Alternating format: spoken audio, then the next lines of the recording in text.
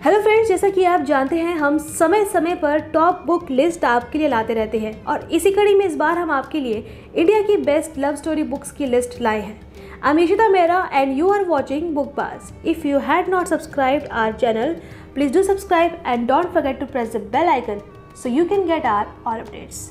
तो हमारी लिस्ट की पहली बुक है देवदास बाय शरद चंद्र चटर्जी।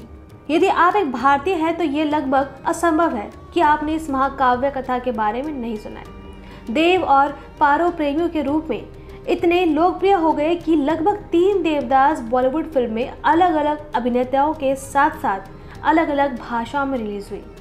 मूल रूप से बंगाली में लिखा गया देवदास एक वास्तविक कृति है जिसे आपको याद नहीं करना चाहिए।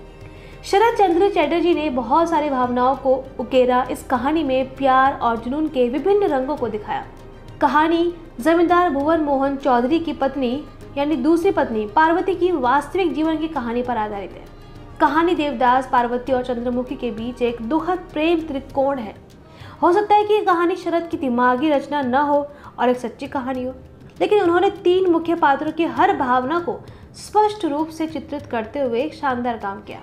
देवदास विश्वासघात, दर्द, मृत्यु और भारत की रूढ़िवादी परंपराओं के बारे में सवालों से भरी एक कहानी है जिसने 3 जिंदगियों को नष्ट कर दिया। और इस पुस्तक को शीर्ष पर रखने के पीछे एक मुख्य कारण ये है कि दशकों के लेखन के बाद भी ये कहानी लोकप्रिय और पाठकों को देव और पारो के पात्रों से प्यार हो जाता है। नंबर 2 पर है गुनाहों का देवता धर्मवीर भारती। इसमें एक चंदन नाम के लड़के की लव स्टोरी है जिसे सुधा नाम की लड़की से प्यार हो जाता है और इसमें हमारे समाज की जाति व्यवस्था को उजागर किया गया। कहानी के 3 मुख्य पात्र हैं चंदर, सुधा और पम्मी। पूरी कहानी मुख्यतः इन्हीं पात्रों के इर्द गिर्द घूमती रहती है। चंदर सुधा के पिता यानी विश्वविद्यालय के प्रोफेसर के प्रिय छात्रों में हैं और प्रोफेसर भी उससे पुत्र तुल्य मानते हैं। इसी कारण चंदर का सुधा के यहाँ बिना किसी रोक टोक के आना जाना लगा रहता है। धीरे धीरे सुधा कब दिल दे बैठती है ये दोनों को पता नहीं चलता, लेकिन ये कोई सामान्य प्रेम नहीं था, ये भक्ति पर आधारित प्रेम था। चंद्र सुधा का देवता था और सुधा ने हमेशा एक भक्त की तरह ही उसे सम्मान दिया था। चंद्र सुधा से प्रेम तो करता है, लेकिन सुधा के पापा के उस पर किए गए एहसान और व्यक्तित्व पर हावी उसके आदर्श कुछ ऐसा ताना बाना बुनते हैं कि वो चाहते हुए भी कभी अपने मन की बात सुधा से नहीं कह पाता। सुधा की नज़रों में वो देवता बने रहना चाहता है और होता भी यही है। सुधा से उसका नाता वैसा ही है जैसा एक देवता और भक्त का होता है। प्रेम को लेकर चंद्र का द्वंद्व उपन्यास के ज़्यादातर हिस्से में बना रहता है। नतीजा ये होता है कि सुधा की शादी कहीं और हो जाती है और अंत में उसे दुनिया छोड़कर जाना पड़ता है। नंबर 3 पर है निर्मला मुंशी प्रेमचंद। निर्मला मुंशी प्रेमचंद के सर्वश्रेष्ठ उपन्यासों में से एक है और ये दहेज प्रथा और अमेल विवाह पर आधारित है। इस उपन्यास की कथा का मुख्य पात्र है निर्मला नामक 15 वर्षीय लड़की जिसका विवाह एक अधेड़ उम्र के व्यक्ति से कर दिया जाता है, जिसके पूर्व पत्नी से 3 बेटे हैं और कहानी का अंत बेहद मार्मिक है। इलाहाबाद से प्रकाशित होने वाली महिलाओं की पत्रिका चांद में नवंबर 1925 से दिसंबर 1926 तक ये उपन्यास किश्तों में प्रकाशित हुआ था। नंबर 4 पर है a suitable boy. A suitable boy 1993 में भारतीय लेखक और स्टैनफोर्ड के अर्थशास्त्री विक्रम सेठ का एक उपन्यास है।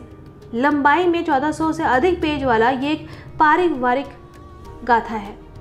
सेठ को उपन्यास के लिए $1.1 मिलियन का अग्रिम भुगतान मिला था, जिसने भारतीय प्रेस में सनसनी फैला दी। उपन्यास को पूरा होने में 1 दशक से अधिक समय लगा और इसकी लंबाई, सामाजिक जांच और यथार्थवादी शैली के कारण एक अस्टेबल बॉय की तुलना अक्सर जॉर्ज एलियट के मिडलमर्च 1871 से की जाती है। अस्टेबल बॉय सामाजिक, राजनीतिक पूर्वाग्रह और क्षमा, सामाजिक समूह और परिवारों के बीच संघर्ष, नस्लीय मानदंड, अप्रत्याशित हिंसा और अंतरपीढ़ीगत जुड़ाव को बदलने में राजनीतिक विषय शामिल है। उपन्यास 1950 के दशक की शुरुआत में सेट किया गया और यह भारत के लिए एक महत्वपूर्ण अवधि थी क्योंकि देश ने 1947 में इंग्लैंड से पूर्ण स्वतंत्रता प्राप्त की और कई बड़े हिंदू मुस्लिम संघर्षों को हल किया, जिसके परिणाम स्वरूप पाकिस्तान के नए देश की स्थापना हुई। नंबर 5 पर है 2 स्टेट्स। चेतन भगत की किताब टू स्टेट्स इतनी लोकप्रिय है कि इस पर बॉलीवुड फिल्म भी बन चुकी है। सौभाग्य से कहानी का सुखद अंत है जो इसे और अधिक पसंद करता है, और ये कहानी आपको विश्वास दिलाती है कि आप प्रयास और दृढ़ संकल्प के साथ असंभव को भी संभव कर सकते हैं। लोगों का मानना है कि चेतन की अपनी कहानी इस किताब को प्रेरित करती है, इसीलिए ये सुपर हिट है। ये किताब विभिन्न राज्यों और संस्कृतियों के क्रिश और अनन्या के बारे में। वे कॉलेज में मिले और फिर एक दूसरे के प्यार में पड़ गए। कॉलेज के बाद वे शादी करना चाहते हैं, लेकिन किसी तरह वे शादी नहीं कर सकते और रूढ़िवादी परंपराओं के कारण बहुत सारी चुनौतियों का सामना करते हैं। नंबर 6 पर है I too had a love story by Ravinder Singh. Ravindra अपने 3 कॉलेज दोस्तों हैप्पी, मनप्रीत और अमरदीप से कोलकाता में लंबे समय के बाद मिल रहा है। वे प्यार, शादी और जीवन में बसने की बात करते हैं। हैप्पी एक वैवाहिक वेबसाइट पर साइन अप करने और उसके माध्यम से एक उपयुक्त लड़की खोजने का सुझाव देता है। हालांकि रविंद्र ने इसे सुनते समय कभी ज़्यादा दिलचस्पी नहीं दिखाई, लेकिन भुवनेश्वर लौटने के बाद वो ऑनलाइन वैवाहिक वेबसाइट पर साइन अप करने वाले पहले व्यक्ति थे। वो खुशी को शादी.com से ढूंढता है। खुशी कहानी की फीमेल लीड है। वो एक बहुत ही सरल लेकिन सुंदर लड़की है। खुशी अपने रिश्तों को बहुत महत्व देती है और बहुत अच्छी इंसान है। खुशी को छोटी छोटी चीज़ों में खुशी ढूंढने की आदत होती है। वो अपने परिवार के साथ दिल्ली में रहती है। खुशी और रविंद्र बात करने लगते हैं और उनमें काफ़ी समानताएं पाई जाती हैं। वे अंततः एक दूसरे को देखने से पहले ही प्यार में पड़ जाते हैं। जैसे जैसे समय बीतता है वे बहुत करीब आ जाते हैं। इसके बाद कहानी कई पड़ाव से गुजरती है। नंबर 7 पर है नदी के द्वीप अज्ञेय। नदी के द्वीप एक मनोवैज्ञानिक उपन्यास है जिसमें एक तरह से यौन संबंधों को केंद्र बनाकर जीवन की परिक्रमा की गई है। ये उपन्यास अलग अलग पात्रों के जीवन, उनके सुख दुख, उनके आंतरिक भावावेश को कवित्वपूर्ण अभिव्यक्तियों के माध्यम से बयां करता है। इसके मुख्य पात्र है भुवन, रेखा, गौरा और चंद्रमाधा। भुवन विज्ञान का प्रोफेसर है। रेखा एक पढ़ी लिखी पति द्वारा परित्यक्ता स्त्री है। गौरा भुवन की छात्रा है। उपन्यास की मुख्य पात्र रेखा और भुवन एक दूसरे के प्रति आकृष्ट है। दोनों के बीच शारीरिक संबंध भी है, लेकिन फिर भी रेखा भुवन को छोड़कर डॉक्टर रमेश चंद्र से विवाह करती है। नंबर 8 पर है चित्रलेखा भगवती चरण वर्मा।